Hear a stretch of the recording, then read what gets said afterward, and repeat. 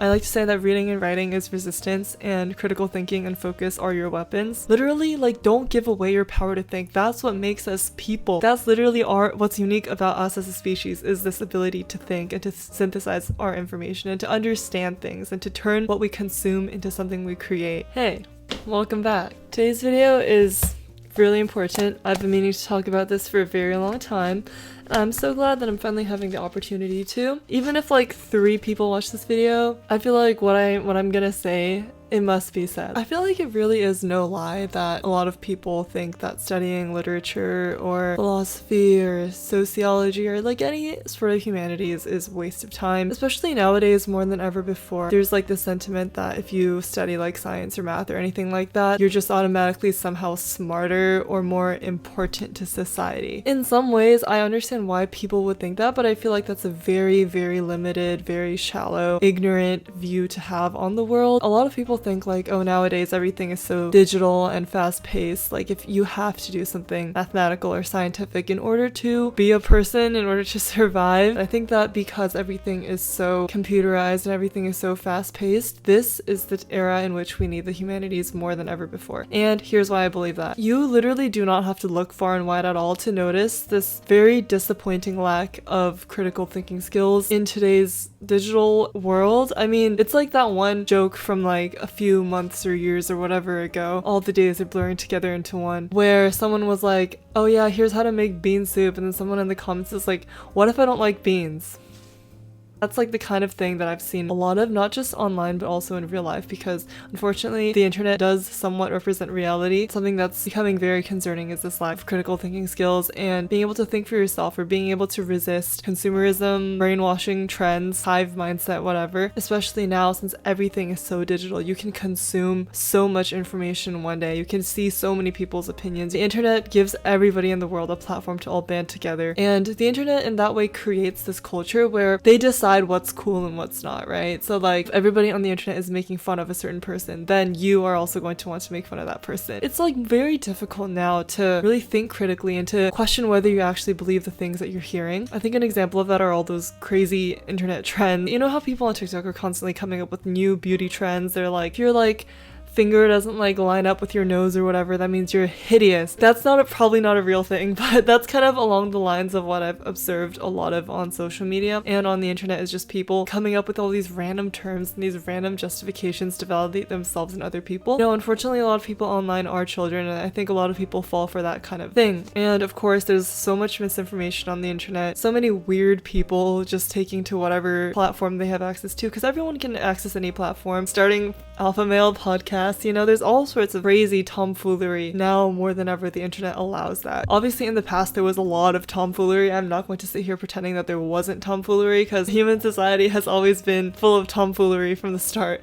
But I think the internet is very unique in the way that gives us access into literally everything. It lets us say whatever we want, because you have a layer of protection. You feel like you can say whatever, you can do whatever, and because of that, everyone's just out there saying anything. Like, people really be out here saying anything. It's more important now than ever to understand the misinformation, to challenge all these things that are being fed to you every single day. And of course, this doesn't just stop with regular people understanding the humanities. Understanding literature is important to identify propaganda, corruption, injustice in the world. There's a reason why governments have always historically banned books. It's because some people know a little too much. They don't want you to know about the sneaky stuff that goes on behind the scenes, right? This literally sounds like conspiracy theory territory, but okay, hear me out. You've probably heard art is resistance. I think it's more true now than ever. We read all these books, nonfiction, fiction, whatever. By reading these things, you gain knowledge. Like, that's literally the point of reading, is to gain knowledge. And in order to recognize and resist injustice and corruption, propaganda, you need to know things, you know? You need to like grow your brain. And of course, I'm not saying that like if you do math problems or whatever, you can't grow your brain, but there's a certain type of power associated with reading and understanding, because even with fiction, you know, fiction helps us empathize, fiction helps us understand other people's minds, and I think you can have this empathetic experience. We as people, we learn through experience, and even if that experience is secondhand, you can get so much out of that just by learning the lessons that this character learns, putting yourself in the shoes of these characters, and in that way, fiction grows empathy. Reading makes you smarter. It helps you think. It helps you understand different situations so that when these things happen in real life, you can recognize them. Fiction, I think, prepares you for the world in some ways, and it prepares you to understand the things that life is going to throw at you. Also, if you read a lot of stuff, especially nonfiction or dense texts, anything like that. Being able to analyze complicated material and having to come up with your own interpretation and opinions and juxtaposing everything that you read with the historical context in which it was produced. All of these practices, that's what grows your brain. That's what stretches those brain muscles and makes you a smarter person. When you're reading and studying the humanities, you're forced to weigh facts and opinions. You're forced to compare and contrast different thinkers' opinions, different writers' beliefs, different streams of information out there. And in that process, you become insanely smart. You remember in high school English class when they would make you write essays analyzing like why the curtains are blue or whatever. Point of that exercise was to develop your critical thinking skills. It was to help you think like, there's something under this surface. And I think that's what's so unique about the humanities and understanding literature specifically, is because it urges you to look beyond the surface. It urges you to look past just what's visible to the eye and search underneath for what that means. Looking for meaning is so important when every day we're being fed so much information that we just forget. Like every day you see hundreds of faces, you see so much random shit, and so important now more than ever to be able to look at what you're looking at and see more than just that, and to see why these things exist. I think that in turn it grows your brain. You are becoming smarter with every book you read. You're becoming smarter with every opinion that you form, with every essay you write, with every textbook passage you read. Even if you don't feel like you're becoming smarter from one thing to another, if you look back, you have gained so much knowledge, you've gained so much wisdom, you've gained this ability to interpret and analyze and understand the information that you're consuming. Writing specifically helps you learn how to communicate. People have so many thoughts, we have so many opinions and things that we want to say, but I think a lot of the time people aren't really able to communicate effectively, and I think that being able to express your thoughts and your feelings and express what you've garnered from all this information you've consumed is extremely crucial. By writing and reading, you can understand how to synthesize all of your opinions, all the information that you've gathered, and turn that into something that you can show to people. And that's what creates change,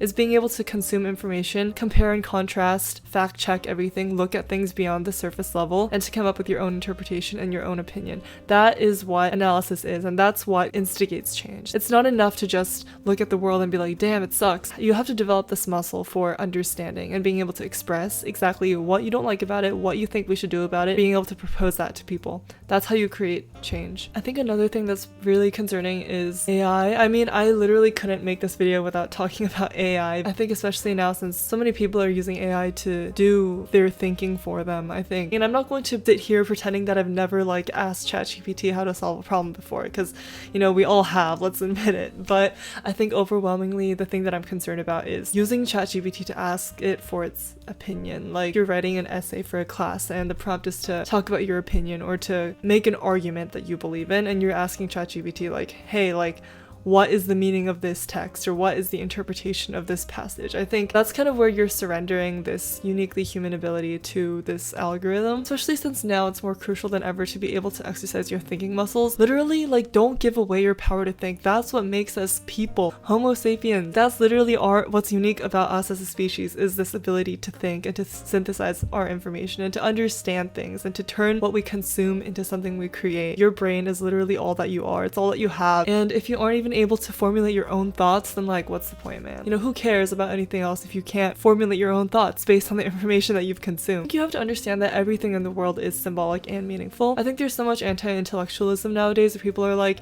oh yeah, it's not that deep, that isn't that important, whatever. But I think everything is important, and I think everything does represent the bigger picture. My idea of the point of life is to understand and to create. Another thing that understanding and learning the humanities helps you exercise is growing your attention span and your ability to focus, because your attention is extremely powerful. Your attention is essentially what you are selling. If you are applying for a job, your attention is essentially the thing that you are trading in for whatever they're giving you. Even if we look past just that monetary aspect, everything in the world is demanding your attention. All these people trying to sell you stuff, all the people on YouTube, all the people who write books. It's a bit of a self-dig. We're all looking for your attention, and being able to allocate your attention and to give attention to the things that you genuinely care about is extremely important. Also, being able to focus, I think, is becoming exceedingly rare within younger people, and this video definitely has an undercurrent of superiority complex, but I am one of those younger people, okay? My attention span is actually cooked. That's the journey that I'm I'm working on. So my opinion about this is especially strong because this is something that I experience and it's something that I want to fix about myself. And I think that focusing is becoming a very rare skill. And this is something that I've talked about with my friend a couple of weeks ago, is how being a person now just feels like a flex. Like if you're able to put your phone down and go on a walk, if you're able to, like, I don't know, read a long book, if you're able to watch a full movie without having your phone, you know, all those things are supposed to be normal, but nowadays it's a flex. It's like you tell someone like, oh yeah, my screen time's like 2 hours, and everyone's like, oh my god, that's so impressive. It's so hard for me to put down my phone. It's so hard for me to not use it before bed. That's like very concerning. Why is being a human being so difficult? And I think the humanities are important, especially because they help you combat brain rot. The type of brain rot that I'm talking about is the type where you are so overstimulated, you just consume so much information online that doesn't matter, and that starts affecting the way that you see the world. That goes back to like those stupid beauty trends that I was talking about, and all these like random people online coming up with these random trends and these random terms like every 3 days. Being able to look past that and being able to resist the urge to give into those things and to allocate your focus to things that matter. I think that's one of the unique things that studying the humanities gives you, is the ability to decide where to give your focus to and to be able to focus on things that actually matter instead of just letting the brain rot consume you, like letting Skibidi Toilet consume you. Like there's so much more to the world. If you read, if you write, if you learn philosophy and sociology, I think those things can really open your eyes beyond just these people on TikTok like complaining about like whatever trend is happening right now. If you want to achieve anything, no matter what it is, no matter what field it's in, no matter what type of achievement it is, you need to be able to focus. You need to be able to focus and to do something consistently in order to get there. You need to know how to distill your information and formulate your own strategy and your own opinions. You need to be able to challenge old systems. These are all skills that you have to have if you want to achieve anything, literally anything, even within STEM fields. If you want to, like, I don't know, create a program, or you want to make an app, or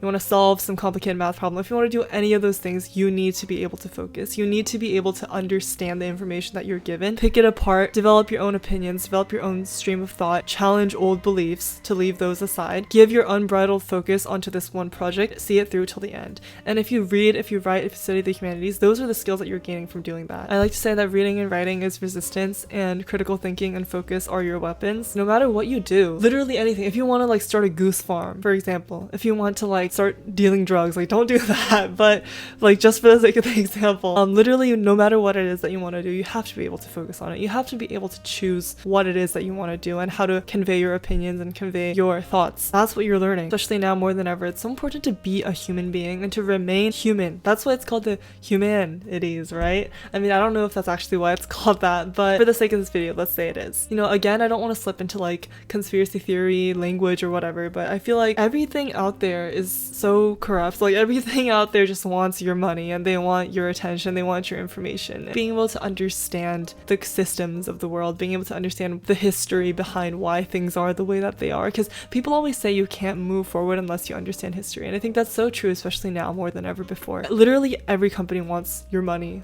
Literally every company wants your information. They don't care what happens to you. They don't care if you die tomorrow. Bro, I'm gonna get like pulled up on tomorrow. Like the FBI is gonna show up and be like, you know too much. I'm being so for real. I feel like you have to be able to understand things for yourself. You can't believe literally everything that you're told. Some could even argue that you can't believe anything that you're told. Learning the humanities, it helps you tune into your soul, and it helps you to ultimately live your life and to be yourself. It helps you find yourself. It helps you understand like what are the things that I believe in, what are the opinions that I agree with, and what are the ones I don't agree with, and what's the historical context that helps me justify that. Grow your brain, become a person, exercise the thing that's unique to our species, and ultimately develop the skills to create success in any field that you go into. The humanities helps you survive, confront, and understand the modern world, and also the history of the past, which enables you to understand and create the future. Maybe you could say that this is all just a big plot by me to get you to read my book, which is coming out next year.